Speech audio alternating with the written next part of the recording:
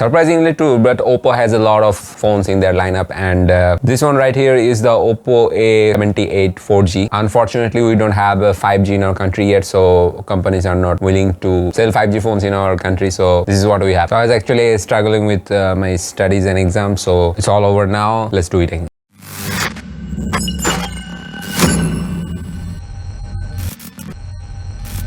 Huge shout out to Planet of Smartphone and Gadgets for providing this beautiful looking smartphone. More about them later in this video, and you can also check them out from the links in the description below after watching the video, of course. The Oppo A78 comes with a really interesting price tag. We'll be talking about this soon, but let's start with the design and aesthetic first. So pretty typical Oppo fashion. This has a squared off sides and rails, and although this is made out of full plastic or polycarbonate, what they say, this feels quite good in hand, and the back panel is pretty shiny and glossy. There is pattern drawn on it, so it looks really good. There is almost no catchy edges around the phone, so it feels pretty comfortable and smooth, and yes, of course, feels premium on hand. The color I'm holding here is the aqua green. They also have a mist black color. The black color is actually less flattering than this one. This design kind of looks cool and funky. If you look at the back panel, there is two big circular housing for the main camera, which is a 50 megapixel shooter, and on the bottom housing there is a depth sensor and a flashlight. The housings are held by some glossy pill-shaped panel, and below that they have extended some glossy part around the back. There is a Oppo logo in the bottom and innovative AI camera, this is, but we'll be talking about that in a minute. This one is really slim at 7.9 millimeter thickness, and I really like slim phones. Even if it's a slim phone, it has all of the necessary ports and iOS. If we look at the bottom, we'll find the 3.5mm headphone jack. Next to that is the USB-C connector, but it's a USB 2, which is kind of disappointing. And next to that, there is a speaker, which is pretty decent. We'll be talking about this soon. On the right side, we have the volume rockers sitting with the power button. On the left side, we have the SIM tray. Let's take a look. So the SIM tray is a dedicated slot. You can use two SIM cards on this side and a memory card on the other side. Pretty interesting design, I would say, because this thing actually saves the internal space but gives you full functionality. I don't know why more companies are not copying this thing, because copying good thing is always good for the consumer. Even though the SIM tray is impressive, it doesn't come with a secondary noise cancellation mic. So on the front, we have a 6.43 inches AMOLED display, which is really sick, and it's a punch hole display. Although the punch hole is pretty big for the camera it houses, but it's really good to see that bright and that beautiful display. The colors are right on the point, and even though the bezels are quite there, but the bottom chin is really thick, so it kind of looks bad. And the display supports 90 Hz refresh rate, so your experience is going to be smooth on this display.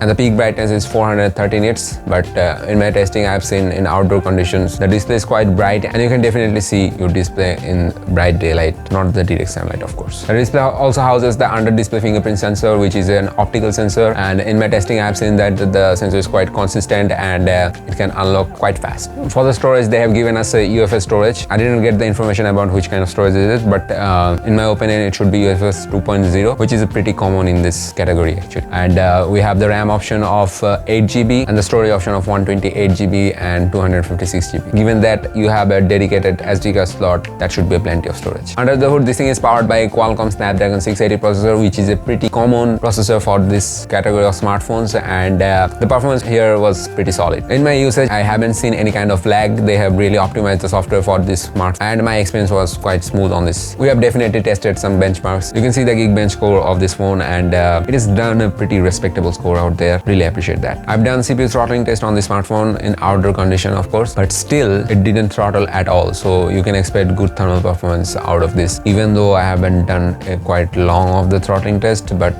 in my opinion the thermals are good. One thing I really forgot to mention about this display is that it is protected by Corning Gorilla Glass 5, which is pretty good, because many companies try to skip that part and they give us pretty cheap glass protection over there, so thumbs up for that. Now let's talk about the tank. This thing is actually powered by a 5000 mAh lithium polymer battery, and this thing is also paired with a 65-watt charger which comes in the box, and according to the Oppo's claim, it can charge 73% in 30 minutes, which is pretty sweet. And in my testing, I've seen the battery life was quite good on this phone. I would not say it was outstanding, but given that you get a pretty fast charging with power delivery, which can charge this thing pretty quickly, so the overall battery experience is going to be good. So for the connectivity, they have did it just well, and there is nothing exceptional to talk about, but the connectivity was solid. And I have already mentioned that this is the USB 2, not the fastest USB 3.1 or 3.2. I don't expect that too.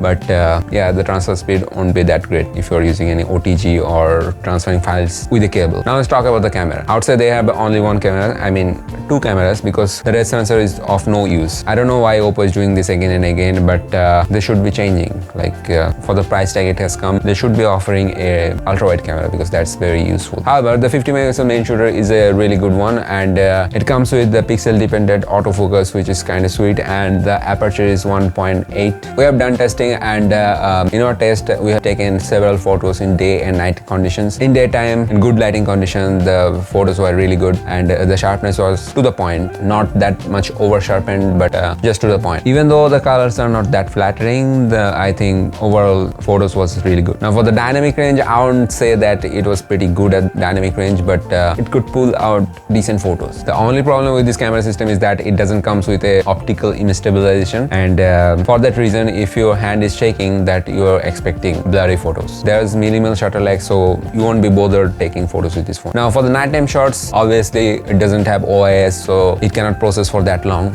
and it doesn't process that long, but the nighttime photos were better than my expectation. You can get decent-ish nighttime photos. It tries to cover up all those noise, so overall making the photos a bit softer, so you lose a bit of details out when you're taking in harsh lighting conditions. It is a dedicated night mode, which does help with the scenario, but again, lack of OIS does makes this things a bit sketchy. Now for the front-facing camera, they have given a 8 megapixel camera, which is kind of disappointing, but the photos coming out of this camera is good. I would say it can retain pretty good details of your face, and overall selfies are good. Now for the video side, it's a nightmare, because it doesn't come with 4K video recording as an option, neither the rear camera nor the front camera. But in terms of stabilization, even though it doesn't have the optical image stabilization, the electronic stabilization is just awesome. I've recorded videos using the internal microphone of this Oppo A78, and you can check out both the audio samples and the video sample of both rear and front cameras.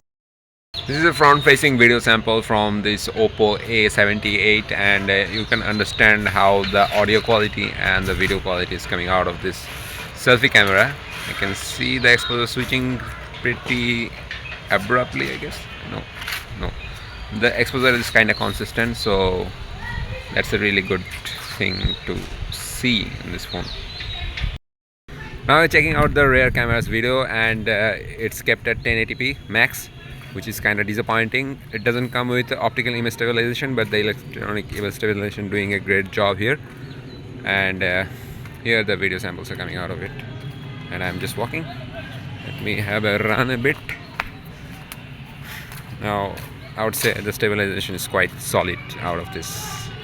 Hope you have get a pretty good idea about the video quality as well as the microphone quality, I mean the audio quality. Now let's check a look at the speaker quality. So the speaker is actually quite loud out there, and I'll be talking about myself and this channel while rising up the volume, so you can get an idea how much loud the speaker is. And here it go. So what's up, my name is Victor, and you're watching Incredible Victor, and here I post tech videos every week, and so you get the idea. It's a stereo speaker, and the speaker loudness is quite there, and you can raise the volume up to 300%. I don't know how to do that. What does that actually mean? I actually don't know, but the speaker is really good. There's a little bit of distortion on the high end, especially in the voice, but that's actually manageable. But this thing actually becomes your portable speaker. Now let's talk about the price. This thing actually comes at a pretty decent price tag, which is 28,000 at Mars 2. And let me introduce Mars 2, because they are one of the largest smartphone seller in Kumilla. No matter which smartphone you need, they have all of the brands covered under the same roof, and they would offer you the best price you can get for any smartphone you want. And of course, if you refer as my subscriber, you will get a decent discount from them. So if you're living in Kumilla or passing by here, or if you want to buy any new smartphone, definitely check out Mars 2 Planet of Smartphone Gadgets at 3rd floor Satyangan Complex in Kumilla. Now what's my final thought about this smartphone? Okay, so the display is really good, and the speaker is also really good. Although I've seen a lot of pre-installed bloatware on this phone, the software experience was quite good, and this ColorOS, the UI Oppo is using, is getting better day by day, and I didn't feel any kind of lag, and the overall experience was good. So I would say in terms of performance and longevity, this should be good. Just the only point I would say it has been lacking is that the camera, even though it's a 50 megapixel camera and and they have a lot of good things to offer. The colors are not that great. I mean, I really tend to like that kind of popped up color, but the color here are a bit flat, but not that much. It can take decent pictures and videos, obviously, and obviously there is the lack of 4K video recording, which is kind of becoming standard nowadays, so that's kind of cutting the margin for this. So the Oppo A78 4G is really a good competitor in this price tag, and if the price was a bit lower, I mean less than 25,000 tickets, then it would be a pretty sweet deal, but still I would say this one is recommendable, and I hope you enjoyed this video. If you do, please do hit the subscribe button below. I'll see you soon in some new interesting videos. Till then, stay good, keep good, and keep doing good things. And yes, of course, keep watching Incredible Victor.